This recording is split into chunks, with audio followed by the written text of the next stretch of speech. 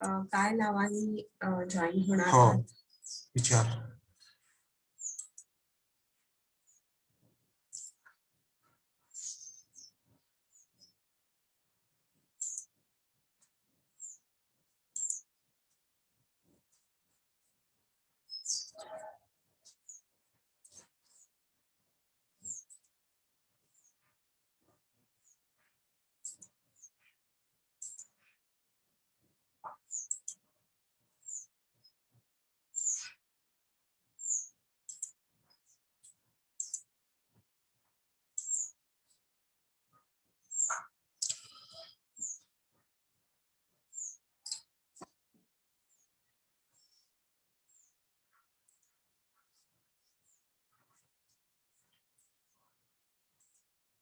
Upadhye madam, मी तुम्हाला unmute करतोय. आपल्या सगळ्यांचं स्वागत आहे महाराष्ट्र वृक्ष संवर्धिनीच्या या निसर्ग एक खजिना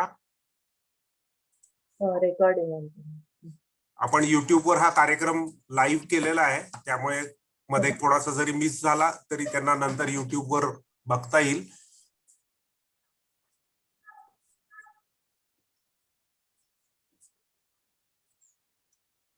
सुरू झालं रेकॉर्डिंग? नाही, हा रेकॉर्डिंग सुरू झालंय. माझं युट्यूबला कनेक्टिव्हिटी 1 मिनिटात होईल.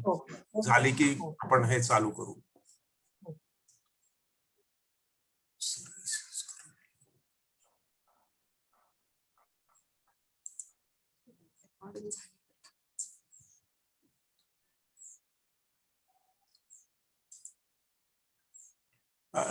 ठीक आहे, आपण सुरू करूया.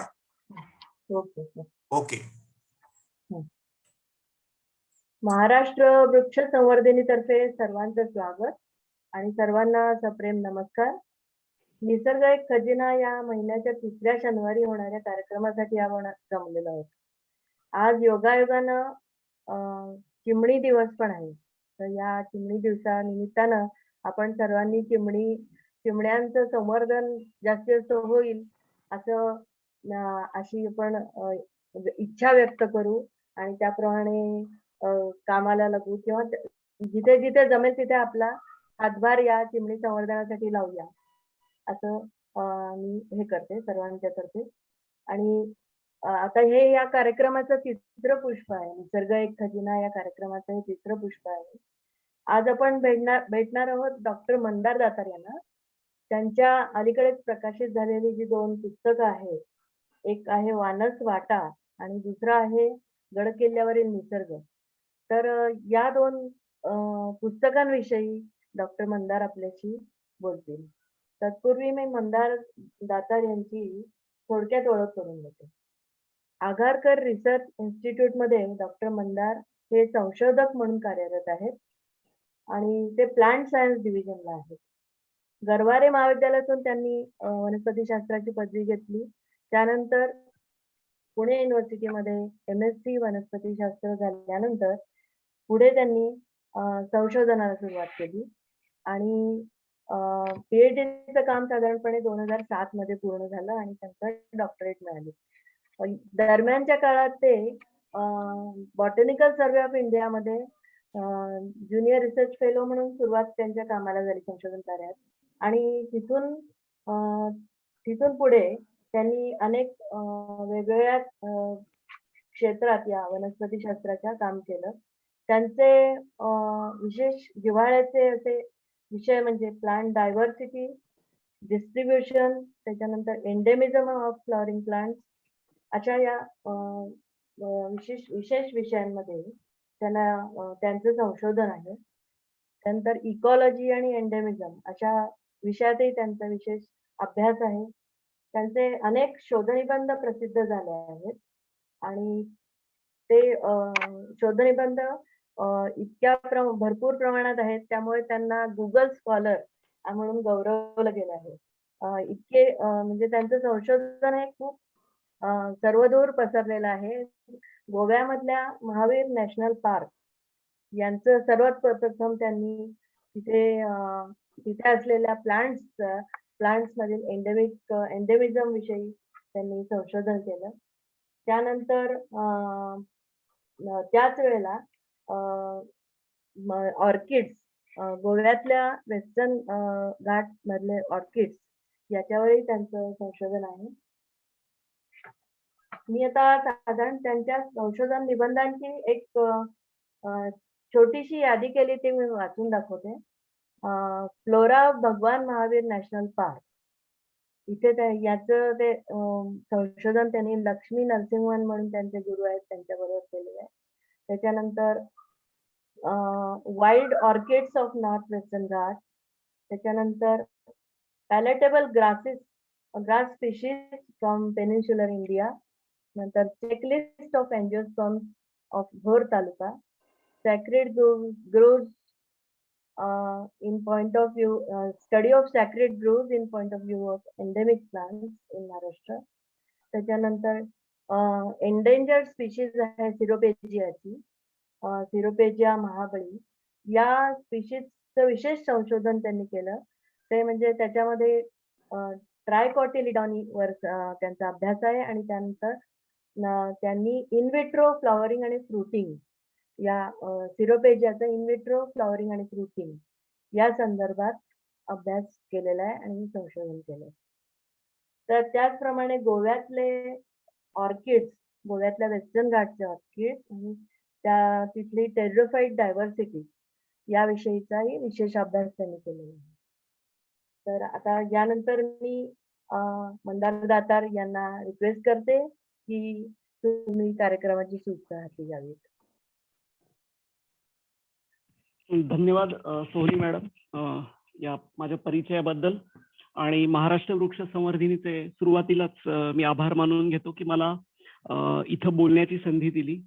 मी अनेक वेगवेगळ्या विषयांवर बोलत असतो, पण पहिल्यांदाच मला या पुस्तकांवर बोलायची संधी मिळते. तर आधी एखादी गोष्ट बोलणे आणि त्यानंतर लिहिणे हे जास्ती सोपी पद्धत असते. त्याच्यामुळे तुम्ही कसं कन्सिस्टन्सी तुमची जी असते ती राहते. पण हे पुस्तक लिहिल्यानंतर त्याच्यावर बोलणे म्हणजे तुमचेच त्याच्यातले गुणदोष तुम्हाला दिसू शकतात. तसं गेल्या 2-4 दिवसात मला ह्याचा परिचय झालाय की काय लिहायला होतं आणि आपण काय लिहिलंय आणि कसं आणखीन वेगळ्या पद्धतीने लिहिता आलं असतं.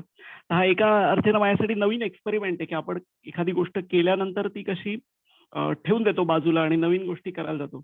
ती त्रयस्थपणे बघायची संधी परत या कार्यक्रमाला मला मिळाली.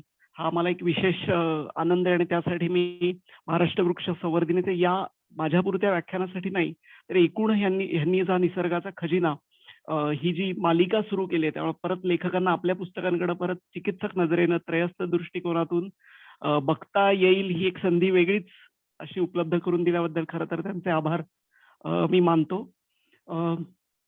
वीणा गवाणकर मॅडम आज लेक्चरला आहेत. ते एक माझ्या दृष्टीने मोठं भाग्य आहे, कारण त्यांची रेमंड डिटमार्स किंवा कारभार या पुस्तकांचं मी अनेक पारायणं केलेली आहेत. आणि कसं लिहिलं पाहिजे याच्यासाठी बघायचं असेल तर ह्या सगळ्या, किंवा कसा अनुवाद केला पाहिजे, कसं गोष्टी दुसऱ्या भाषेतून समजून घेऊन आपल्या भाषेत आपल्या रूपकांमध्ये मांडल्या गेल्या पाहिजेत हे बघण्यासाठी पुस्तकं नक्कीच खूप प्रेरणादायी आहेत. भटकंती मी अनेक वर्ष करत होतो. 2000 मध्ये मी गरवारे कॉलेजमध्ये 98 साली गरवारे कॉलेजमधून BSc झालो आणि 2000ला MSc झालो. त्या दरम्यान वनस्पती वर्गीकरण शास्त्रातच काहीतरी करिअर करायचं हे मी जवळपास 96-97 ठरवून टाकलं होतं आणि मी तसंच मग त्या दृष्टीनं गोष्टी करत गेलो. पण भटकंती करताना त्या काळात आपण काही लिहू किंवा आपल्याला काही ह्याच्यात पुढं लिहिण्याचं आहे असं काही माझ्या अजिबात डोक्यात नव्हतं. मुळात मला भाषा हे म्हणजे 10वी पर्यंत भाषा हे विषय अतिशय आवडते होते आणि असं वाटायचं की याच क्षेत्रात आपण आपल्याला गती आहे आणि या क्षेत्रात आपण करिअर केलं पाहिजे. पण समाऊ सायन्सला गेलो आणि मग भाषा मागं पडते का काय ह्याच्यामध्ये मग ती आवड टिकून ठेवली पाहिजे या दृष्टीनं मग मी लिहायला सुरुवात केली. आणि मग सुरुवातीला लेख लिहिणे छोट्या मासिकांमध्ये, त्यानंतर मग प्रयत्न करत राहिलो की या वेगवेगळ्या गोष्टी ज्या दुर्दैवानं मराठीत नाहीत त्या कशा मांडता आल्या पाहिजे त्याचा एक प्रयत्न केला आणि त्या दृष्टीनं लिखाण झालं. मग पुस्तक हा थोडा आणखीनच जास्ती अभ्यासाचा आणि जास्ती कष्ट घेऊन करायचा भाग असतो. ते एकूणातच मी आतापर्यंत 10 पुस्तकं लिहिलेली आहेत. त्याच्यामध्ये अगदी सुरुवातीला पहिलं मराठी पुस्तक माझं 2006चं साने मॅडम बरोबर मी केलं होतं यक्षपुष्पे ऑर्किड्स. म्हणजे खरं तर साने मॅडमनी एक मोठी संधी मला त्यावेळी उपलब्ध करून दिली. कॉन्टिनेंटलचं ते पुस्तक आहे की विषय तो समजून घेऊन ऑर्किड्स त्यांच्याबरोबर बघता आली आणि त्यांच्या दृष्टिकोनातून त्यांनी इतकं उत्तम पुस्तकात गोष्टी लिहिल्या आहेत. माझं त्यातलं कॉन्ट्रीब्युशन अगदी थोडं आहे, पण तरी त्यांनी मला त्यांच्या रांगेत बसवून त्याला लेखक म्हणून दिला. हे मोठा कॉन्फिडन्स, आपला आत्मविश्वास वाढवणारी गोष्ट होती. त्यानंतर मग 2006चं हे पुस्तक आहे, पण माझं त्या काळात PhDचं काम चाललं होतं आणि बाकीच्याही गोष्टी बऱ्याच चालल्या होत्या. त्यामुळे नंतर मराठी लेखन पुस्तक स्वरूपात असं झालं नाही. पण मी म्हटलं तसं लेख आणि या त्या गोष्टी लिहित राहिलो. आमच्याकडे जो वनस्पती परिचय प्रमाणपत्र अभ्यासक्रम होता, त्याच्यासाठी मॅन्युअल फॉर फील्ड बॉटनी आम्ही लिहिलं, साने मॅडम आणि घाटे मॅडम बरोबर. त्यानंतर इला फाउंडेशननी एक ऑर्किडची कल्पना मांडली की या नॉर्दर्न वेस्टर्न घाटमधली, आपल्या उत्तरेकडच्या सह्याद्रीतली, महाराष्ट्र गोव्यातल्या सह्याद्रीतली ऑर्किड्स डॉक्युमेंट केली पाहिजे. आणि त्याचं एक 2010चं पुस्तक आमचं आलं, wild orchids of northern western Ghat. आणि त्या काळात फील्ड गाईडची एवढी चलती नसताना जवळपास 1400 फोटो असलेलं हे पुस्तक आहे. त्याच्यानंतर मग माझ्या थिसिसच्याच कामाचं फ्लोरा ऑफ भगवान महावीर नॅशनल पार्क पब्लिश झालं. त्यानंतर थोड्या काही दिवसांनी हे गडकिल्ल्यांवरील वनस्पती, ज्याच्याविषयी मी थोडं आज बोलणार आहे, ते पुस्तक प्रकाशित झालं. आणि मी किल्ले फिरत होतो, म्हणजे ट्रेकर आणि बॉटनी हे सारखंच माझं चाललं होतं. ट्रेकिंग खूप करायचो, पण त्या दरम्यान किल्ल्यावरची वेगळी वनस्पती सृष्टी कशी आहे हे बघण्याचा आणि मांडण्याचा त्या पुस्तकातून प्रयत्न केला. त्यानंतर आम्ही आघारकरमध्ये काम करत होतो, त्याचं एक उपाध्याय मॅडम बरोबरचं हे काम आहे, forest foods of northern western Ghat. म्हणजे आपल्याकडच्या रानटी खाद्य वनस्पती आहेत, त्या रानटी खाद्य वनस्पती नोंदण्याचा, त्या माहीत करून घेण्याचा, लोक कसा त्या वापर करतात, कसा त्यांचा, हे माहीत करून घेण्याचं एक संशोधन आम्ही केलं आणि त्याचं पुस्तक 2016ला प्रकाशित झालं. त्याच दरम्यान seeds of western India, again Ila foundation बरोबरचं माझं दुसरं पुस्तक आहे की ज्याच्यात इथल्या वेस्टर्न इंडियातल्या सीड्सचं पिक्टोरियल रिप्रेझेंटेशन, कारण बियांवरून वनस्पती ओळखणं तसं ट्रिकी असतं, तर ते पुस्तक आम्ही केलं. आणि त्यानंतर मग माझं वानसवाटा हे पुस्तक 18 सालच्या डिसेंबरमध्ये 19 उजाडता आलं. आणि मग मागच्या वर्षी आमची 2 पुस्तकं प्रकाशित झाली. त्याच्यात उपाध्याय मॅडम बरोबरचं एक compendium of raw botanical drugs of Maharashtra आणि एक कपॅरिस, आमचे रितेश म्हणून आमचे कलिग आहेत आघारकरमध्ये माझे, त्याच्याबरोबर कपॅरिस किंवा आपल्या पाचुंदा किंवा तांबडनवील गटातल्या ज्या वनस्पती आहेत त्याच्या पूर्ण भारतभराच्या विविधतेचा आम्ही अभ्यास केला आणि त्याच्यावर आधारित हे पुस्तक प्रकाशित केलं. पण गेल्या काही वर्षात आम्हाला जे जाणवलंय की हे सगळं आम्ही आघारकरमध्ये जो टॅक्सपेयर्स मनी वापरतो तो लोकांपर्यंत त्यांचेच पैसे पाठवण्याच्या निमित्तानं किंवा त्याच्या स्वरूपाने विशेष प्रयत्न केले पाहिजेत. म्हणून आम्ही आमची तिन्ही जी शेवटची पुस्तकं आहेत, फॉरेस्ट फूड्स आहेत, जीनस कपॅरिस आहे आणि compendium of raw botanical drugs, he freely सर्वांसाठी PDF त्याची ई-बुक ही डाउनलोडेबल आणि फ्रीली उपलब्ध करून आघारकरच्या वेबसाईटवर किंवा माझ्या रिसर्चगेट पेजवर ही सगळी उपलब्ध आहेत. ही 3 पुस्तकं तरी फ्रीली सहज उपलब्ध करून दिलेली आहेत आम्ही. पण माझी मराठी जी पुस्तकं आहेत अर्थात ती प्रकाशकांनी पहिलं कॉन्टिनेंटलनी आणि नंतरची 2 स्नेहलनी प्रकाशित केली. ते त्यांचं प्रिंट स्वरूपात त्यांनी केल्यामुळं ते एक लोकांपर्यंत पोहोचवण्याचा प्रयत्न या व्याख्यानातून होईल असं मला वाटतं.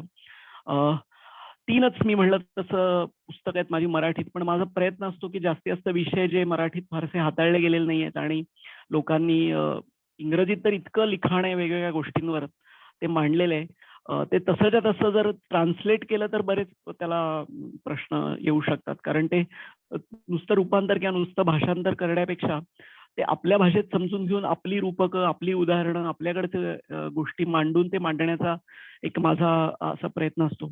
आणि त्याच्या प्रयत्नांमध्ये सगळ्यात महत्वाची गोष्ट मी करायचा प्रयत्न करतो तो म्हणजे मी मुळात ट्रेनिंग बाय टॅक्सॉनॉमिस्ट आहे, बाय ट्रेनिंग. वनस्पती वर्गीकरण शास्त्र हा माझा खरा अभ्यासाचा आणि माझ्या PhDचा विषय होता. पण काल 19 मार्चला वर्ल्ड टॅक्सॉनॉमिस्ट अप्रिसिएशन डे सेलिब्रेट झाला. तर टॅक्सॉनॉमिस्ट अगेन हे फार महत्वाचं वनस्पती वर्गीकरण शास्त्र हा काहीसा दुर्लक्षिला गेलेला आणि तसं फारसं ग्लॅमर नसलेला विषय.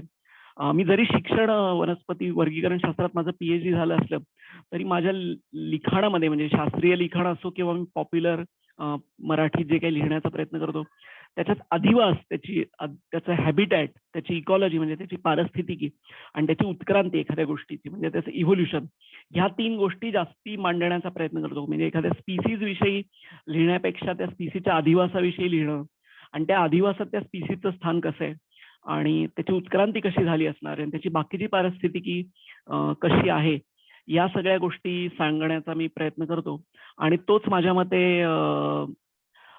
या पुस्तकांमधला मुख्य जो रोख माझा या दोन्ही पुस्तकातले गडकिल्ल्यांवरील वनस्पती आणि वानसवाटा या दोन्ही पुस्तकातला रोख असाच आहे की या गोष्टींची इकॉलॉजी, त्याचं हॅबिटॅट डिस्क्राईब करून सांगणं. तर गडकिल्ल्यांवरील वनस्पती मी म्हटलं तसं नुसतं मी मराठी पुस्तक त्याचं लिहिलं नाही, तर आम्ही एक त्याचा शास्त्रीय अभ्यासही करून, कारण बरेचदा काय होतंय मराठीत मांडलेलं त्याचा जो ऑडियन्स आहे आपले मराठी वाचणारे, ते काही म्हणजे सायंटिफिकली याला मान्यता मिळत नाही की मी किती मराठीत चांगलं लिहिलं तरी आमच्या शास्त्रीय स्तरावर तुम्ही जर मांडू शकलात तरच ते काही ठिकाणी ते महत्वाचं वाटू शकतं. त्यामुळे आम्ही त्याचा अभ्यास करून डॉक्टर तेतालींबरोबर आम्ही पेपरही हा एक पब्लिश केला की सह्याद्रीतले, महाराष्ट्रातल्या सह्याद्रीतले हे किल्ले हे कसे महत्वाचे आहेत, त्यातल्या त्यात एंडेमिक प्लांट्ससाठी ते कसे महत्वाचे आहेत, प्रदेशनिष्ठ वनस्पतींसाठी कसे महत्वाचे आहेत आणि नुसतं प्रदेशनिष्ठ वनस्पतींसाठी नाही तर तुम्हाला पोटेन्शियल प्रायोरिटी कॉन्झर्वेशन एरिया, तुम्हाला रक्षण नेमकं कशाचं करायचं असेल, कशाला प्रायोरिटी दिली पाहिजे, तर त्याच्यासाठी किल्ले हे फार महत्वाचे आहेत. हा अप्रोच सेम जो मराठी पुस्तकातून आलेला आहे तोच आम्ही इंग्रजीत या लेखनातून मांडण्याचा प्रयत्न केला. त्यासाठी मग मांडणी अगदी वेगळी असते, मराठीतली मांडणी आणि इंग्रजी रिसर्च पेपरवरची मांडणी, पण वेगवेगळ्या ठिकाणी या दोन्ही ठिकाणी वेगळा ऑडियन्स असल्यामुळे त्या दोन्ही ऑडियन्ससाठी म्हणून ते लिखाणाचा प्रयत्न केला.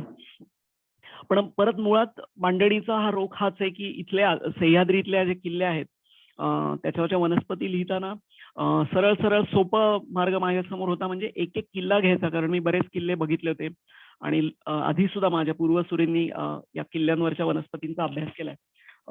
वर्तक सरांची चेकलिस्ट आहे तोरणा किल्ल्यावरची, किंवा पुरंदरसाठी एक फादर सांतापाऊ यांनी एक पुस्तकच फ्लोरा ऑफ पुरंदर म्हणून लिहिलेलं आहे.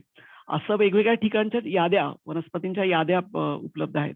तर माझ्यासमोर सोपा मार्ग होता की एक 25 किल्ले सह्याद्रीतले निवडायचे आणि त्याची फक्त त्या किल्ल्याचं नाव लिहायचं, त्या चॅप्टरचं, त्या प्रकरणाचं हेडिंग म्हणून, आणि त्या किल्ल्यांवरच्या वनस्पतींविषयी बोलत राहायचं. पण हा सगळ्यात कदाचित सोपा वाटणारा मार्ग न निवडता मी हा पुस्तकच लिहिताना त्याच्यातून अधिवास, मी म्हणलं तसं, हा दृष्टिकोन पुढे आणण्याचा प्रयत्न केला. आणि काय लिहिलं नेमकं या पुस्तकात, तर किल्ले आणि अधिवास हाच एक पहिला चॅप्टर आहे की ज्याच्यामध्ये मला हे मांडायचं की अधिवास बघितले पाहिजेत आणि किल्ल्यांवर आणि कसे अधिवास जास्ती मोठे आहेत आणि महत्वाचे आहेत. तर अर्थात किल्ला आणि शेजारचा किल्ला नसलेला डोंगर याचे कंपॅरिझन मला करायला सांगितलं तर किल्ल्यांवर जास्ती वनस्पती आता दुर्मिळ प्रदेशनिष्ठ वनस्पती आहेत, ह्याची कारणं अनेक आहेत. ती कारणंही मांडायचा मी त्याच्यामध्ये प्रयत्न केलेला आहे. दुर्गांवरील, सह्याद्रीतल्या दुर्गांवरील महत्वाच्या वनस्पतींविषयी मी त्या पुस्तकात लिहिलेलं आहे. त्यानंतर मग काही थोडक्या किल्ल्यांमध्ये असलेल्या वेगळ्या वनस्पतींचा, या इतरत्र असलेल्या किल्ल्यांवर नाहीत, इतरत्रच्या बाकीच्या किल्ल्यांवर नाहीत, अशा काही वेगळ्या वनस्पती, वेगळे किल्ले वेगळ्या वनस्पती असं मांडायचा प्रयत्न केलेला आहे. त्यानंतर किल्ल्यांवर वस्ती होती, म्हणजे शिवकालात किंवा त्यानंतरच्या काळात किंवा किंबहुना त्याच्या आधीपासून किल्ल्यांवरची वस्ती होती. तर त्यांच्या गरजांसाठी म्हणून त्यांनी अनेक वनस्पती किल्ल्यांवर आणून लावल्या. त्या किल्ल्यावरच्या मूळता त्या वनस्पती तिथं नव्हत्या. तर त्या वनस्पतींविषयी खास किल्ल्यांवर लावलेल्या आणि स्थलांतरित असलेल्या वनस्पती.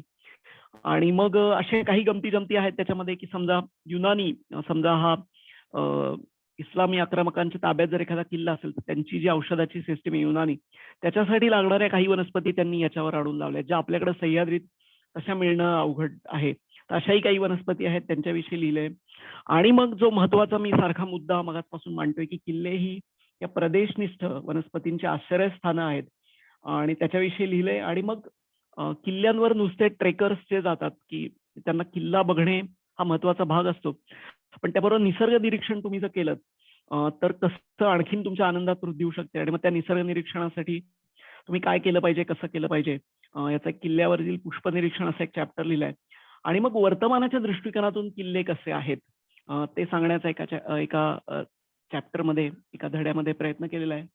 आणि मांडण्याचा मुद्दा असा की किल्ल्यांवर एवढ्या साऱ्या दुर्मिळ वनस्पती का असतात, वेगळ्या वनस्पती का असतात. तर एखादा किल्ला नसलेला डोंगर आणि शेजारी किल्ला असलेला डोंगर याची जर तुम्ही तुलना केली तर किल्ल्यांवर अर्थात मी म्हणलं तसं अनेक वस्ती असल्यामुळे अनेक लावलेल्या वनस्पती सापडू शकतात, मायग्रेटेड प्लांट सापडू शकतात. त्यानंतर कल्टिवेटेड, स्पेशली कल्टिवेटेड, खास लावलेल्या गेलेल्या काही वनस्पती असतात. किल्ले हे आपल्याकडचे सर्वात उंच डोंगर जे आहेत, विशेषतः गिरिदुर्गांविषयी आता हे विधान मी जे करतोय ते गिरिदुर्गांविषयी आहे. तर सर्वात उंच जी शिखरं आहेत या भागातली आपल्या सह्याद्रीतली, त्यांना किल्ल्याचं स्वरूप दिलेलं आहे. आणि ते त्यांना एकदा या तटबंदीचं शेला पागोटं चढवलं की मग ते किल्ले म्हणून वापरात येतात.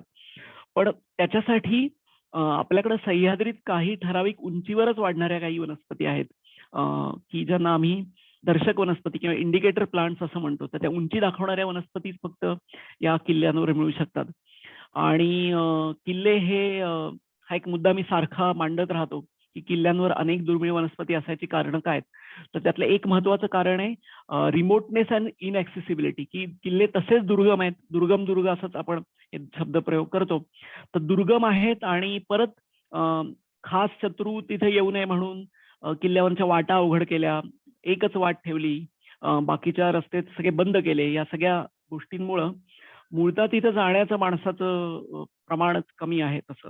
आणि मग त्याच्यासाठी तिथली विविधता नष्ट करायला फारसं कोणी विशेष प्रयत्न करूनच जावं लागेल. त्यामुळं हे रिमोटनेस इनऍक्सेसिबिलिटीमुळं तिथं अनेक वनस्पती टिकून राहिल्या आणि गेल्या 300, 400 किंवा कदाचित त्याच्यापेक्षा जास्त वर्ष हे डिस्टर्बन्स ज्याच्यामध्ये मानवाचा हस्तक्षेप फार कमी असल्यामुळं अनेक काही वनस्पती तिथे वेगळ्या मिळू शकतात. त्यानंतर ते हिमालयाशी नातं सांगणाऱ्या अनेक साऱ्या वनस्पती आपल्या सह्याद्रीतल्या किल्ल्यांवर आहेत.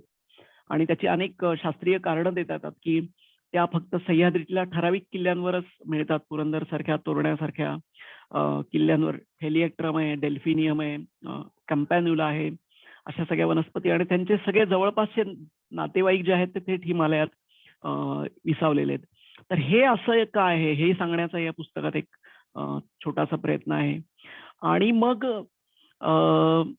किल्ल्यांवर पठार आहेत, म्हणजे पठार हा माझ्या अभ्यासाचा वेगळा विषय, क्लिफ्स म्हणजे कडे हा अभ्यासाचा विषय. तर किल्ल्यांवर पठारही आहेत, किल्ल्यांवर कडेही आहेत आणि त्याच्यामध्ये वेगळे अधिवास या सगळ्या दोन्ही ह्याच्यामध्ये आहेत. ते वेगळे मायक्रो हॅबिटॅट्स, सूक्ष्म अधिवास या अधिवासांमध्ये आहेत. आणि मग त्याच्यावर वेगळ्या प्रकारच्या वनस्पती असतात आणि त्यामुळं त्या कशा वेगळ्या आहेत हे मांडण्याचाही पुस्तकात प्रयत्न केलेला आहे.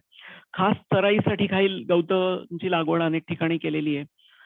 तर त्याच्यामध्ये काही वनस्पती आहेत किंवा घरं शेकारण्यासाठी वर्षानुवर्ष सह्याद्रीत कोळीम नावाचं जे गवत लावलं जातं ते आत्ता नुकतंच केंजळगडावर आम्ही आता मागच्या वर्षी गेलो होतो कोविडच्या लॉकडाऊन नंतर, तेव्हा त्या डायकॅन्थियमचे, त्या कोळीम ज्या गवताचे आहे बरेच मोठे पॅचेस या किल्ल्यावर अजूनही टिकून आहेत. एकेकाळी ही तिथली घरं शेकारण्यासाठी तिथली जे काही सेटलमेंट्स होत्या त्यांच्या रूफ सॅचिंगसाठी म्हणून वापरलं जाणारं गवत आहे, पण ते अजूनही तिथं टिकून आहे. तर अशा काही इंटरेस्टिंग गोष्टी या किल्ल्यांवरच्या अभ्यासात मिळू शकतात. आणि त्याच जोडीनं मग त्याचं वर्गीकरण तुम्हाला करता येतं की बालेकिल्ल्यांवर जे हॅबिटॅट आहेत ते, तटबुरुजांवर काय वनस्पती असतात त्या, आणि उतारावर त्याचं काही जंगल असतं ते, आणि घेऱ्यातल्या वनस्पती असतात त्याचं विशेष वर्गीकरण करता येतं. मला हे बालेकिल्ला आणि तटबुरुजांवरच्या वनस्पतींविषयी विशेष प्रेम आहे. ह्याचं कारण तुम्ही आता सिंहगडाकडे जरी बघितलं पावसाळ्यात तर 4 महिने पावसाळ्याचे पूर्ण धुक्यात वेढलेला असतो. आणि धुक्यात, हॅलो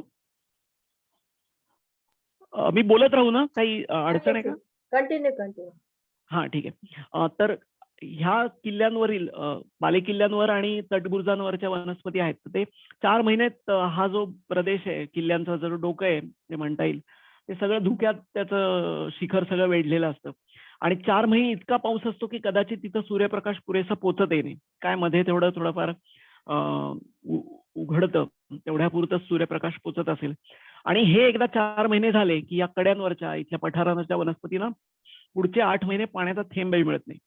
त्यामुळे या ज्या चॅलेंजिंग कंडिशन्स आहेत, काही प्रमाणे त्यांची कसोटी बघणाऱ्या जी परिस्थिती आहे, विपरीत परिस्थिती आहे जगण्यासाठी, 4 महिने भरपूर पाऊस, महामूर पाऊस आणि उन्हाचं सूर्याचं दर्शनही नाही.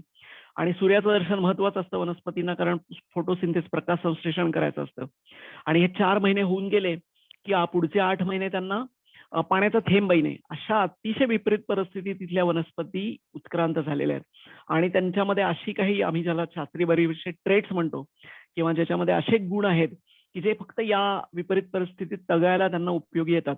आणि ते विपरीत परिस्थितीत तगायला उपयुक्त असणारे गुण, त्यांची लक्षणं हे ओळखणं आणि ते अभ्यासणं आणि ते माहीत करून घेणं, हा एक माझ्या अभ्यासाचा विषय असल्यामुळं मला विशेषतः या किल्ल्यावरच्या भागातल्या बाले किल्ल्यांवरच्या किंवा मुख्य खुद्द बुरुजांवरच्या, तटबंदीवरच्या या सगळ्या वनस्पती आहेत त्या बघायला आवडतं.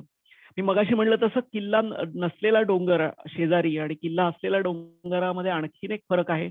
या किल्ल्यांवर जी बांधकाम आहेत, तटबंदी बांधली आहे, बुरुज बांधलेत आणि वरची घराची बांधकाम आहेत, ते आणखीन जास्तीचे अधिवास तयार करून देतात तिथल्या वनस्पतींना. आणि त्या अधिवासात राहू शकतील अशा काही वेगळ्या वनस्पती मग तिथं मिळू शकतात. तर एकूणातच शेजारच्या डोंगरापेक्षा लावलेल्या वनस्पतींमुळं, या तटबुरुजांवरच्या बांधकामामुळे, नवीन अधिवास तयार झाल्यामुळे, त्याच्यामध्ये वाढणाऱ्या वनस्पतींमुळं, ते खूप वर्ष दुर्गम ठेवल्यामुळं, तिथं टिकून राहिलेल्या वनस्पतींमुळे किल्ले हे नेहमी अनेक वेगवेगळ्या दुर्मिळ वनस्पतींचे आश्रयस्थान आहेत. आणि गेल्या काही वर्षात शास्त्रज्ञांचा तुम्ही कल बघितला तरी या किल्ल्यांवरूनच अनेक साऱ्या दुर्मिळ वनस्पती लोकांनी नोंदल्या गेलेल्या आहेत. त्यामुळे आपल्या सह्याद्रीचं प्राण किंवा सह्याद्रीतली सगळ्यात कळीची वनस्पती जर मानता येईल अशी कारवी या किल्ल्यांवर, बहुतांश किल्ल्यांवर, आपल्या गिरिदुर्गांवर दिसू शकते. तर मी जे किल्ले म्हणतोय ते माझ्या दृष्टीनं लिहिताना मी सगळीकडे शब्द हा वापरत नाही, पण सह्याद्रीतले गिरिदुर्ग असंच मला जास्ती करून म्हणायचंय. तर ही अनेक किल्ल्यांवर ही कारवी वनस्पती मोठ्या विपुल प्रमाणात दिसते. मग तिला जे 8 वर्षांनी फुलं येतात तेव्हा मग अगदी किल्ल्यांचे उतार जाऊन बघावेत असे आपल्याला दिसू शकतात. त्या कारवीच्या जोडीने एक टोपली कारवी नावाची वनस्पती आहे, ती आपल्या काही किल्ल्यांवर दिसू शकते. त्या नुसती कारवी आणि हे टोपली कारवी ह्या नुसत्याच वाढत नाही, तर त्याच्या आसपास आश्रय त्या अनेक दुर्मिळ बाकीच्या वनस्पतींनाही देतात. आणि दुर्मिळ बाकीच्या वनस्पतींना आश्रय दिल्यामुळे अनेक हे अधिवास, एक टोपली कारवीचे ही बेट आहेत किंवा कारवीचे जे उतार आहेत ते नीट तुम्ही जर निहाळले तर याच्यामध्ये अनेक इतरही वनस्पती, काही ऑर्किड्स, काही सिरोपेजिया, कंदील पुष्प गटातल्या वनस्पती तुम्हाला फुललेल्या दिसू शकतात. त्यामुळं हे अधिवास, हे जे मायक्रो हॅबिटॅट, सूक्ष्म अधिवास, कारवी चे अंडरग्रोथ आणि या टोपली कारवीच्या आसपासची त्याची जी बेट आहेत ती खूप महत्वाची आहेत. आणि मग तेव्हा ज्यांना यांना फुलं येतात तेव्हा ते अत्यंत विलोभनीय असं चित्रच आपल्याला या किल्ल्यांवर दिसू शकतं. पण बाकी पुष्प निरीक्षणासाठी हे किल्ले खूप महत्वाचे आहेत. अनेक सुंदर वनस्पती, सोनकी सारख्या, जेव्हा पावसाळा संपतो आणि हिवाळा जस्ट थोडी सुरुवात असते हिवाळ्याची, तेव्हा सह्याद्रीतली सगळी सोनकी फुलत असते. आणि मग ती किल्ल्यांवर कारवी त्या वर्षी फुललेली असेल तर पूर्ण त्याचा आसमंतच निळा होतो, किंवा सोनकी असतो तेव्हा तो पिवळा होऊन जातो. ते निरखणंही खूप महत्वाचं असतं. या सगळ्या बांधकामामध्ये ज्या वनस्पती असतात फायकस गटातल्या, म्हणजे ज्याच्यामध्ये वड, पिंपळ, उंबर अशा सारख्या ज्या वनस्पती आहेत त्या त्या त्या तटबंदीमध्ये कॅल्शियम, चुना जिथं वापरला असतो तिथं असतात, किंवा उभ्या कड्यांवर त्यांची वाढण्याची सवय आहे. तर एक हा महत्वाचा मुद्दा आहे, मी आता इथे सांगतो आणि पुस्तकातही मांडण्याचा प्रयत्न केलाय, की सर्वसामान्य भूमिका अशी एक सर्वांचीच, म्हणजे जे ज्यांना या बुरुजांचं आणि या तटांचं रक्षण करायचं त्यांची, आणि सर्वसामान्यांची, की या वनस्पतींमुळे ही सगळी स्ट्रक्चर्स बांधकामात ढासळून पडू शकतात. पण सीतारामन जोग आणि तेताली यांनी एक विशेष अभ्यास केला कोकणातल्या जलदुर्गांचा, आणि असं मांडलं की ह्या सगळ्या फायकस वनस्पतींमुळे बांधकामं ही कोसळून पडत नाहीत, तर ती बांधकामं धरून राहतात. हे वृक्षाची जी मुळं आहेत ती सगळी पसरलेली. हा एक वेगळा अप्रोच आहे. त्यामुळे जे लोक बघतात या वनस्पतींकडे शत्रू म्हणून, की आता हे आमचं बांधकाम पाडणार, त्यांच्यासाठी हा एक शास्त्रीय अभ्यासही उपलब्ध आहे, सीतारामन जोग आणि तेताली सरांचा. आणि माझ्या पुस्तकातही मी त्याच्याविषयी थोडंफार लिहिलेलं आहे. किल्ल्यांवरची टाकी जी आहे ती अनेक दुर्मिळ वनस्पतींचं आश्रयस्थान आहेत, पावसाळी वनस्पतींचं, आणि त्या पावसाळी वनस्पती तिथं वाढतात आणि त्याच्या बिया तिथंच पडतात आणि पुढच्या पावसाळ्यात परत त्या फुलतात. हे जे किल्ल्यांवरचे जे बांधकाम आहेत, चिरे आहेत किंवा क्लिफ्स आहेत, त्याच्यावर अनेक दुर्मिळ वनस्पती आहेत. त्यातली एक कंपॅन्युला अल्फॉन्सी नावाची वनस्पती आहे. हिमालयात अनेक सारे कंपॅन्युलाज आहेत, पण त्याचे सह्याद्रीतला जे काही 2-3 भाऊबंद आहेत त्यातला एक या किल्ल्यांच्या बेचक्यातच मिळतो. आणि किल्ल्यांवरच, इतरत्र फारशी आपल्याकडे कुठंच नसलेली ही वनस्पती आहे. त्या किल्ल्यांसाठी महत्वाची आहे. तुम्ही त्याचे जे थर बघितलेत, त्याचे लाव्हा फ्लोचे, तर त्याच्यामध्ये जी काही थोडीफार जंगलं छान तयार होतात, गॅलरीज तयार होतात, त्याच्यामध्ये अनेक वैशिष्ट्यपूर्ण वनस्पती दिसू शकतात. त्यानंतर खाली किल्ल्याचे तटबंद हे बुरुज संपतात किंवा त्याची तटबंदी संपते, त्याच्या खाली एक जंगल आपल्याला दिसू शकतं सह्याद्रीतल्या गिरिदुर्गांवर. त्याला शिवकालातला शब्द आहे कलारग्याची झाडी, आणि ती कलारग्याची झाडी बहुत जगताना राखावी.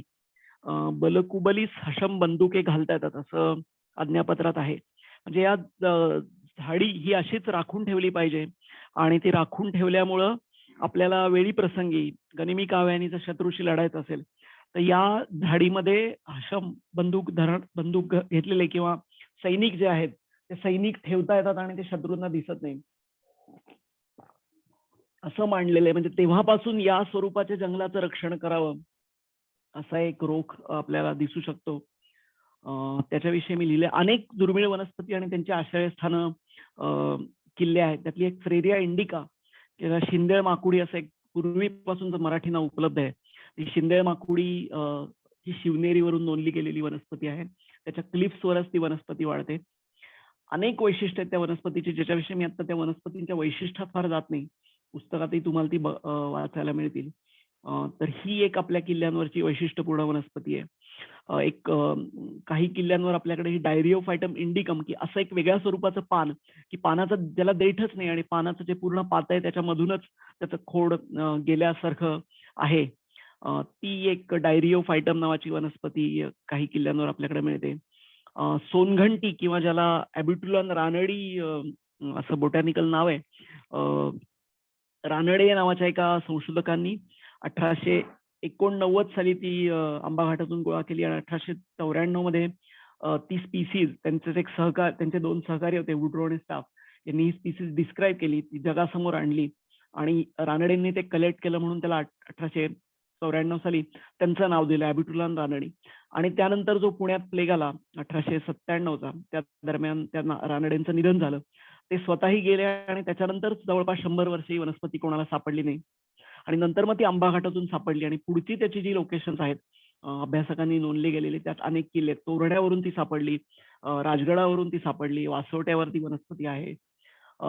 फक्त किल्ल्यांवरच उंच ठिकाणी मिळणारी क्लिमॅटिस म्हणजे आपली रानजाईच्या कुळातली एक गटातली वनस्पती आहे.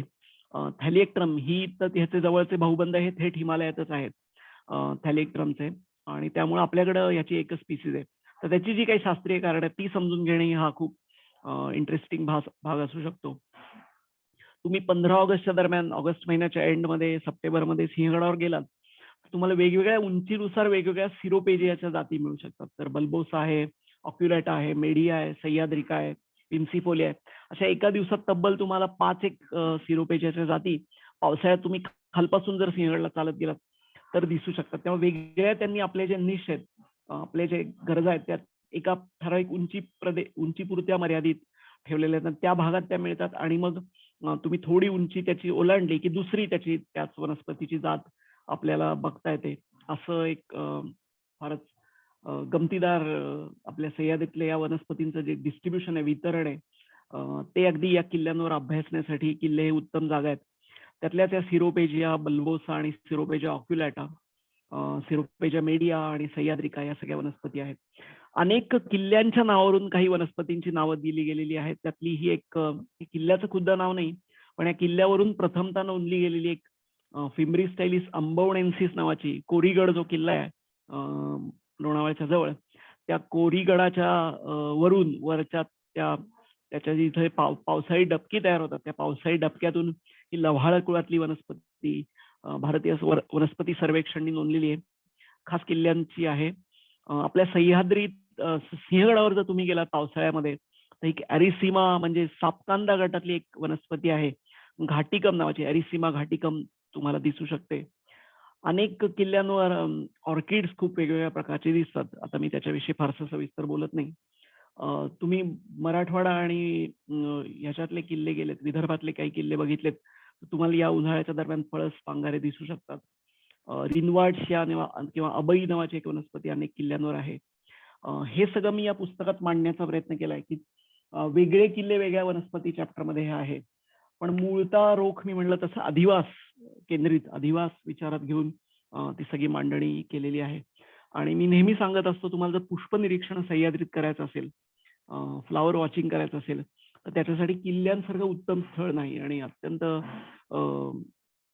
वेगळ्या वनस्पती तुम्हाला दिसू शकतात. नेहमीच्या इतरत्र भागात मिळणाऱ्या तेरडा कळलावी सारख्या वनस्पती मिळतात, पण अनेक प्रदेशनिष्ठ आणि दुर्मिळ इतरत्र सहज न मिळणाऱ्या वनस्पती तुम्हाला किल्ल्यांवर दिसू शकतात. मी असंही त्या पुस्तकात मांडण्याचा प्रयत्न केला की काही वनस्पती तुम्हाला यातल्या काही माहीत झाल्या नसतील तरी चालू शकतील, पण खात्रीनं माहीत असलेल्या काही ज्या वनस्पती आहेत त्याच्यामध्ये दातपाडी ही वनस्पती आहे, त्याच्याविषयी थोडं लिहिलेलं आहे. त्यानंतर आग्या बोंड अशा काहीशा त्रासदायक ठरू शकणाऱ्या तुमच्या ट्रेकिंगमध्ये वनस्पतींविषयी माहिती या पुस्तकात मी लिहायचा प्रयत्न केलेला आहे. फांदी फुटलेला जो नारळ आहे, फांदी फुटलेला हा जो नारळ आहे सगळ्यांनी होता. एक मिनिट, आपला माईक म्यूट करा. बाकी सगळ्यांनी डिस्टर्बन्स होतोय. तर सिंधुदुर्गात एक सिंधुदुर्गात एक फांदी फुटलेला नारळ होता आणि मग त्याच्यावर वीज पडली आणि तो जळून गेला. तर ते अगदी त्या दरम्यान मी गेलो होतो जेव्हा नुकतंच त्याच्यावर वीज पडली होती, तेव्हाचा एक फोटो आहे, तो पुस्तकातही दिलाय. पेमगिरी नावाचा किल्ल्याच्या खालचा एक वटवृक्ष आहे, त्याच्याविषयी लिहिलंय. असे अनेक वेगवेगळे गोष्टी मांडण्याचा प्रयत्न केलेला आहे. पण एक किल्ला आणि त्याच्यावर आणणाऱ्या वनस्पतींची एक सूची आणि त्या सूचीविषयी आणि त्या वनस्पतीविषयी माहिती असं तुम्हाला या पुस्तकातून अपेक्षित असेल तर ते मात्र या पुस्तकात मिळणार नाही.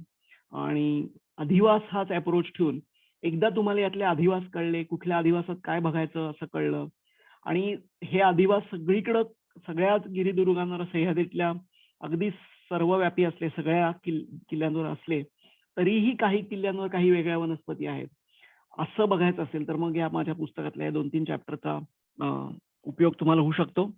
दुसरं माझं जे मागच्या वर्षी जस्ट 2018 संपता आणि 19च्या सुरुवातीला 19 संपता 20च्या सुरुवातीला हे वानसवाटा नावाचं पुस्तक आलं. ह्याच्यातच मी हा हॅबिटॅट हा दृष्टिकोन आणखीन विस्तारित स्वरूपात मांडला. ह्याच्यावर कसं आधीच्या पुस्तकामध्ये किल्ल्यांवरचेच अधिवास होते, पण सह्याद्रीतले एकत्रित अधिवास आणि तिथल्या ज्या अधिवास मांडण्यापेक्षा ज्या परिसंस्था या मांडण्याचा प्रयत्न केला. आपल्या दुर्दैवानं इंग्रजीतही सह्याद्रीविषयी तुम्हाला जर एकत्रित स्वरूपात सह्याद्रीतले इकोसिस्टीम्स आणि तिथले हॅबिटॅट्स आणि तिथलं काय जे वनस्पती जीवन कसं बदलत जातं वर्षाच्या एका चक्रामध्ये, याच्याविषयी इंग्रजीत सुद्धा काही एकत्रित स्वरूपात लिखाण उपलब्ध नाहीये. तर मात्र मग मी हे लिहिण्याचा प्रयत्न केला. ते म्हणलं हे मराठीतच लिहावं, कारण इंग्रजीत तुटपुंज काही ना वेगवेगळ्या ठिकाणी वेगवेगळ्या गोष्टी मिळू शकतात. आणि मग मी अनेक परिसंस्था याच्यामध्ये मांडल्या. तर त्याच्यामध्ये पहिलाच माझा एक 3 भागात हे पुस्तक विभागलंय, ज्याला मी एकाला अधिवास असं म्हणलंय, ऋतूंची भाषा असं म्हणलंय आणि विविधता, असे 3 त्याच्यामध्ये मुख्य भाग आहेत.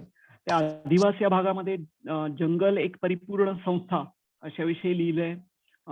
त्यानंतर मग सदाहरित जंगलांना, म्हणजे अगदी दाट जी सदाहरित जंगलं असतात, उदाहरणार्थ अमेझॉन वगैरेची, त्यांना वर्षावनं असं म्हणतात, रेन फॉरेस्ट असं म्हणतात. तर रेन फॉरेस्टवर एक महामूर पावसाची वर्षावने असा एक लेख आहे. त्यानंतर भारतीय सदाहरित जंगले. मग मी हे रेन फॉरेस्ट ठीक आहे जगातलं, पण भारतात सदाहरित जंगलाचं वितरण कसं आहे आणि ती कशी आहेत आणि त्याचे वैशिष्ट्य काय आहेत हे एका लेखात मांडलेलं आहे.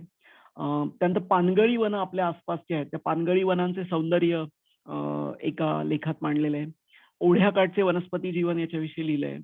माझा अत्यंत आवडीचा आणि अभ्यासाचा जो विषय आहे गवताळ कुरणांचे प्रदेश, तर त्या गवताळ कुरणांचे प्रदेश विषयी सविस्तर मी लिहिलेलं आहे. मँग्रुव्ज विषयी खरं तर माझा अभ्यासाचा विषय नाही, पण या पुस्तकाच्या सगळ्या अधिवासांविषयी बोलायचं असेल त्यामुळे मँग्रुव्ह टाळता येत नाहीत, म्हणून जिथे सागरा धरणी मिळते नावाचा एक धडा आहे, लेख आहे.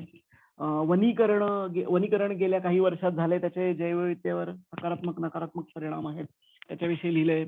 सह्याद्री आणि निसर्ग पर्यटन, हे आपण इको टुरिझम जे म्हणतो त्याचा सह्याद्रीवर एकूणच काय परिणाम झालाय, सकारात्मक नकारात्मक, ते मांडण्याचा प्रयत्न केलाय. दुसरा जो भाग आहे त्याच्यात ऋतूंची भाषा असं मी त्याला नाव दिलेलं आहे दुसऱ्या भागाला.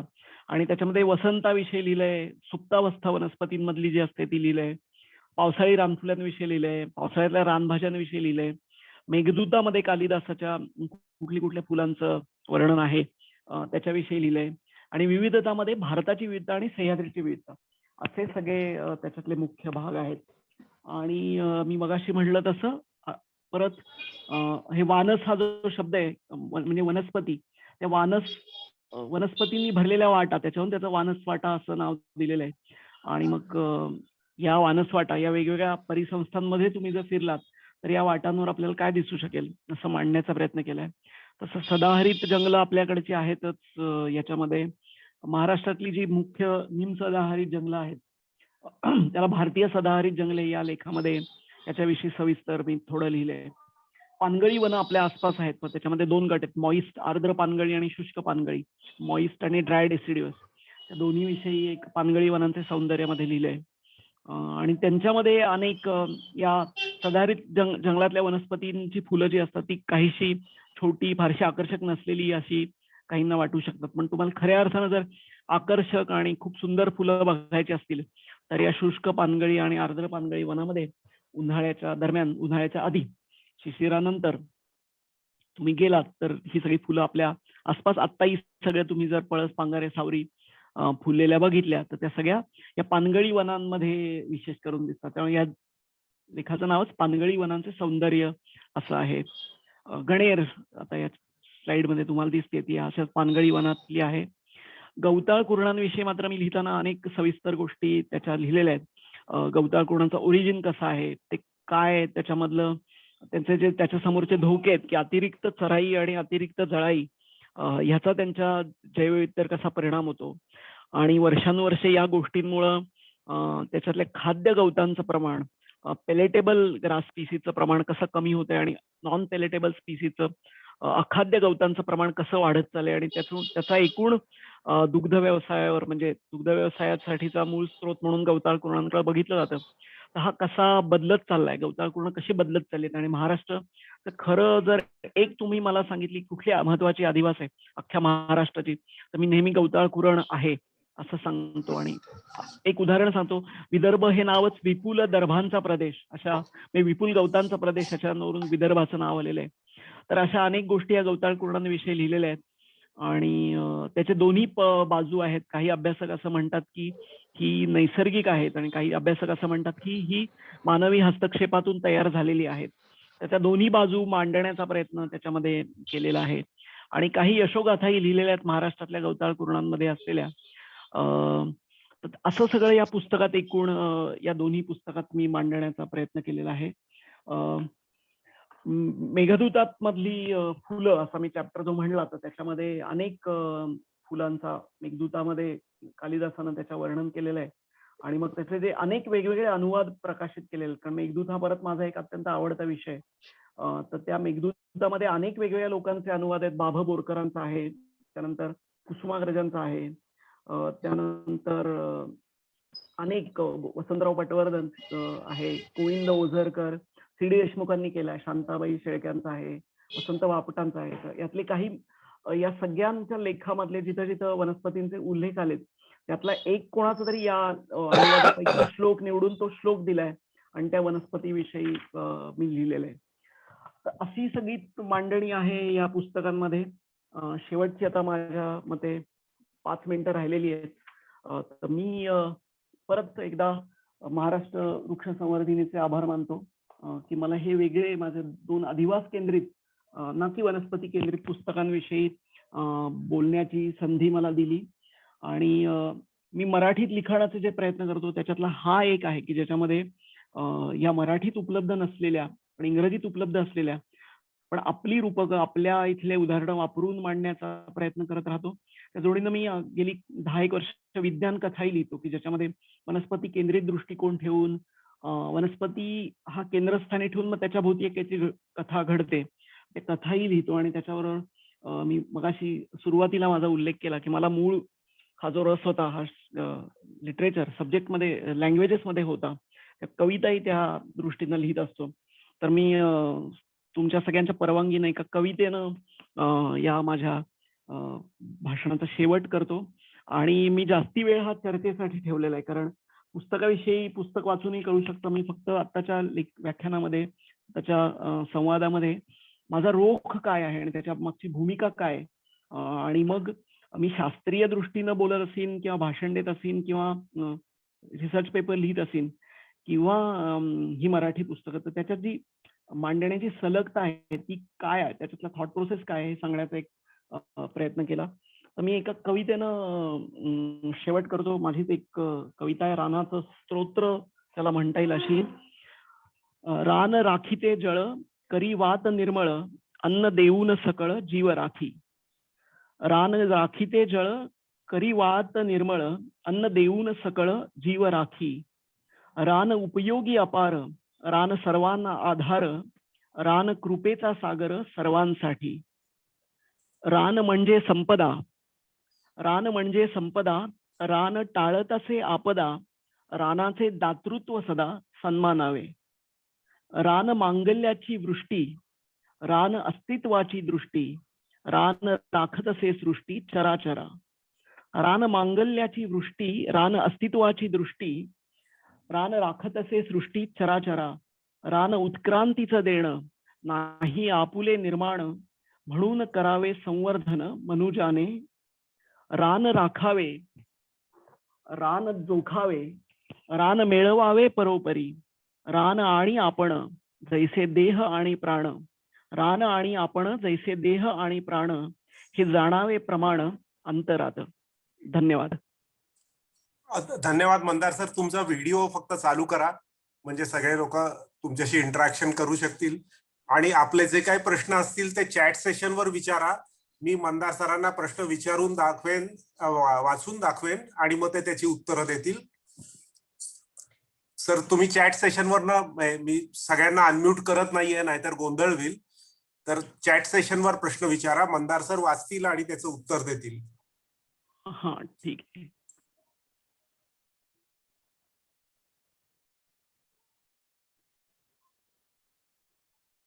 आवाज नीट आला ना सर? मला एक काहीतरी प्रेझेंट, एक कोणाचा तरी मेसेज आहे की I cannot here any voice. नाही, तो जुना आहे. आता एक महत्वाचा प्रश्न असा आहे की तुमची पुस्तकं कुठे बघायला मिळतील, परचेस करता येतील? दोन्ही स्नेहलची आहेत, त्यामुळे तुम्ही अप्पळण चौकात कुठेही स्नेहलची पुस्तकं अप्पळण चौकात कुठल्याही दुकानात मिळू शकतील. आणि सह्याद्री बुक्स वरती ऑनलाईन आहेत, आणि menkabooks.com वेबसाईटवरही ती दोन्ही उपलब्ध आहेत. पण तुम्ही अप्पळण चौकात सगळ्यात चांगलं म्हणजे ती मिळू शकतील. राजीव पंडित जे जीविधा मार्फत अनेक लोकांना, त्यांच्याकडेही बरीच पुस्तकांचा संग्रह आहे, त्यांच्याकडेही पुस्तकं आहेत. आणि इन केस तुम्ही जर उपलब्ध, मला महाराष्ट्र वृक्ष संवर्धिनीसाठी कोणाला हवी असतील तरी मी उपलब्ध करून देऊ शकेन. आपला मोबाईल नंबर कृपया द्याल का संजय नाईक? टाकतो मी चॅट बॉक्स मध्ये. हो, चॅट बॉक्स वर मी टाकला. सॉरी.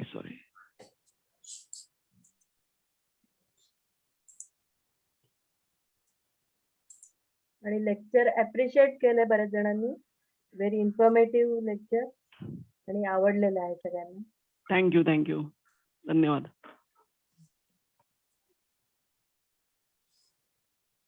रानातील वणवे या संदर्भात काहीतरी एक प्रश्न आहे, पण मी लिहिलंय त्याच्याविषयी, सविस्तर लिहिलेलं आहे.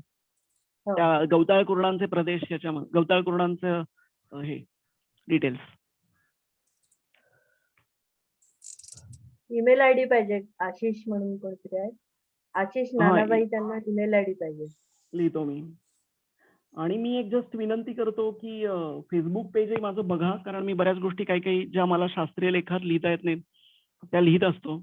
आणि एक मंदार दाता नावाने माझं युट्यूब चॅनल आहे, त्याच्यावर काही कविता किंवा काही वनस्पती अभ्यासकांच्या मुलाखती किंवा काही व्याख्यानं, आपलं महाराष्ट्र वृक्ष संवर्धिनीचं जे एक व्याख्यान मी केलं होतं गवताचं, त्या माझ्या युट्यूब पेजवरच आहे. तर मी त्या युट्यूब ह्याची लिंकही टाकतो, तुम्हाला बघायचे असेल तर त्याचा उपयोग होऊ शकेल.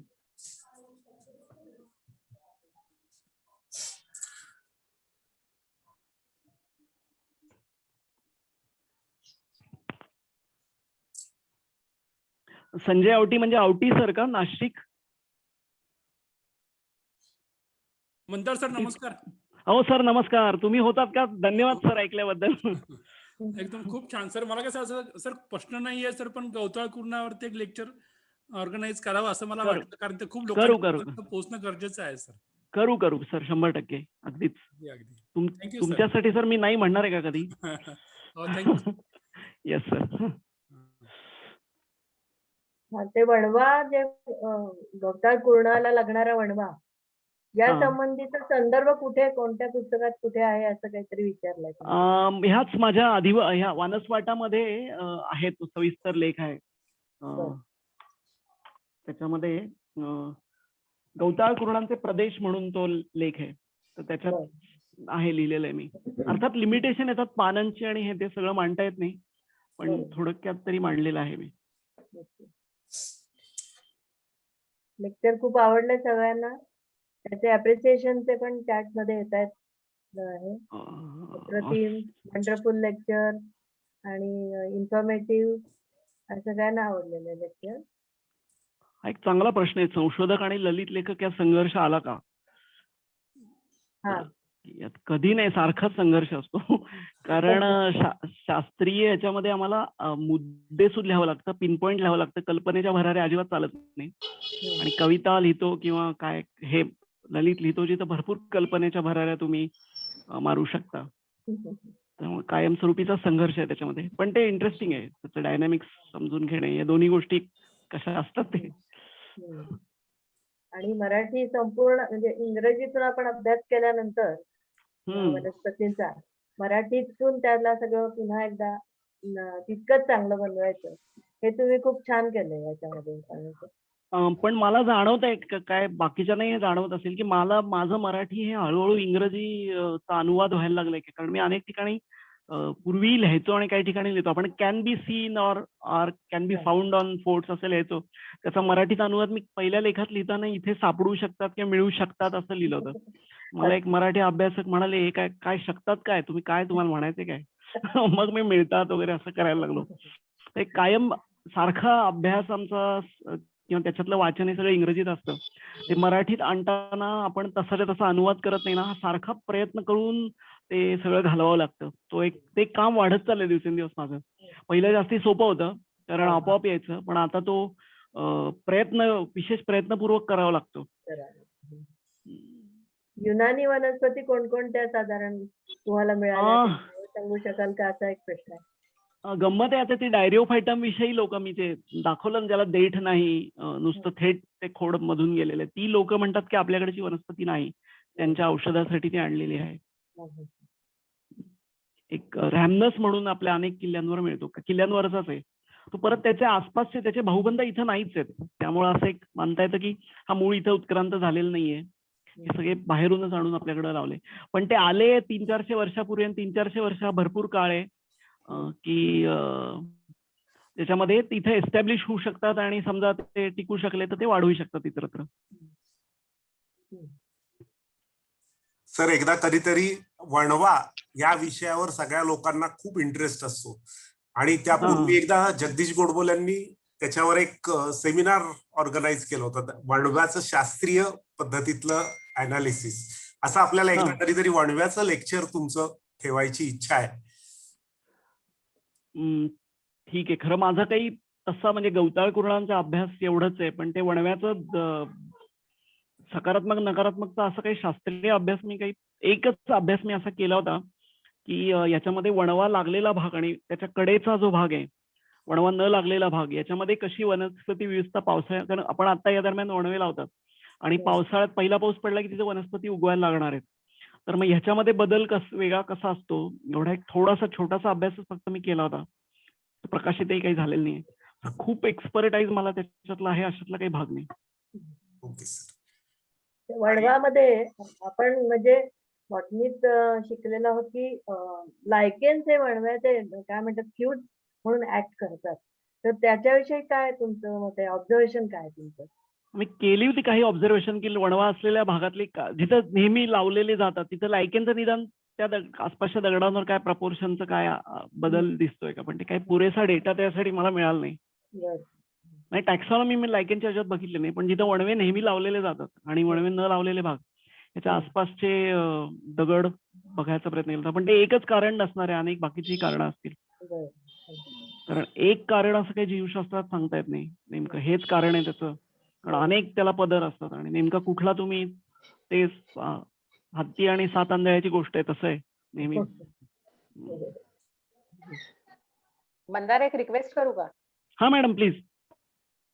मला असं वाटतं की ह्याच्यामध्ये सगळ्यामध्ये जी काही फोटोग्राफी आहे हा. तर म्हणजे ह्याचा तुला किती मदत झाली लिहिताना? कारण तिथे जाऊन आपण फोटो काढून आणतो आणि नंतर तुम्ही लिहित असता, तर हा म्हणजे फोटोग्राफी ह्या विषयावर थोडस मला अपेक्षित आहे तुझ्याकडनं बोलणं. मी खरं तर तुम्हाला माहितीच आहे मॅडम, मी अगदी रेकॉर्ड शॉट फक्त घेतो. मी अजिबात फोटोग्राफी म्हणजे आवडीनं करत नाही, कारण मी फील्डवर गेलो आणि फोटो काढत बसलो तर मला काही निरीक्षणाला काही संधीच राहत नाही, असं होतं. त्यामुळे मी नाही, शक्यतो म्हणूनच बाकी माझा प्रश्न हाच आहे तुला की सर्वेक्षण, निरीक्षण आणि फोटोग्राफी, तर ह्या सगळ्यामध्ये जर लेखक आला, ललित असो किंवा शास्त्रीय असो, तर किती मार्क कशाला द्यावेत असं एक मला एक उत्सुकता आहे. कमीत कमी मार्क त्याला द्यावेत आणि तुमच्याकडे असा एक चांगला स्टुडंट असावा जसे माझ्याकडे की ते चांगले फोटो काढू शकतात, तेव्हा तुम्हाला फार काळजी करावी लागत नाही. हे सर्वात आणि चांगलं. तुम्ही तुमचा वेळ हा सगळा निरीक्षणात घालावा, कारण ते त्या क्षणी रेकॉर्ड होत नाही. म्हणजे तुम्हाला मी आता एक 5 मिनिटं एखाद्या क्लिपच्या कडेनं फिरलो तर ते त्या क्षणी मला काही दिसत नाही, पण ते कुठेतरी डोक्यात रेकॉर्ड होतं, ते पुढं कुठतरी लक्षात येतं की असं होतं.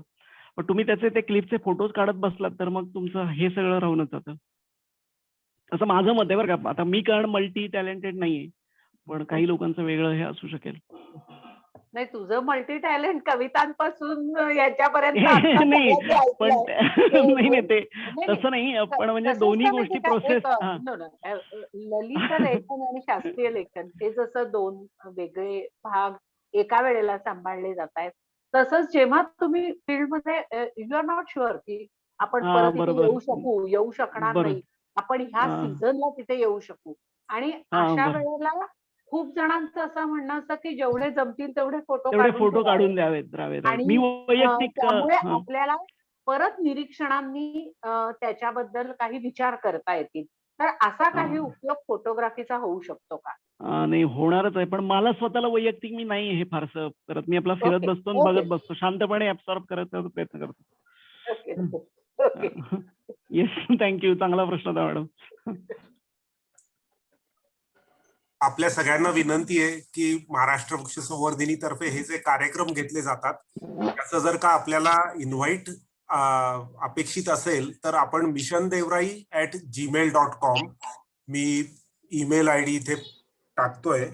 या ईमेल आयडीला जर का आपण मेल केलीत तर आम्ही आमची जी मेलिंग लिस्ट आहे त्यामध्ये आपला ईमेल आयडी इन्क्लूड करू शकू आणि आपल्याला आमच्या सर्व कार्यक्रमाची रेग्युलर इन्व्हाइट्स ईमेल द्वारा पण येऊ शकतील. missiondevrai@gmail.com.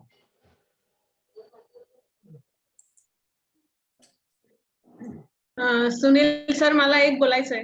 हो बोला. नमस्कार. हो नमस्कार संवत्सर मॅडम.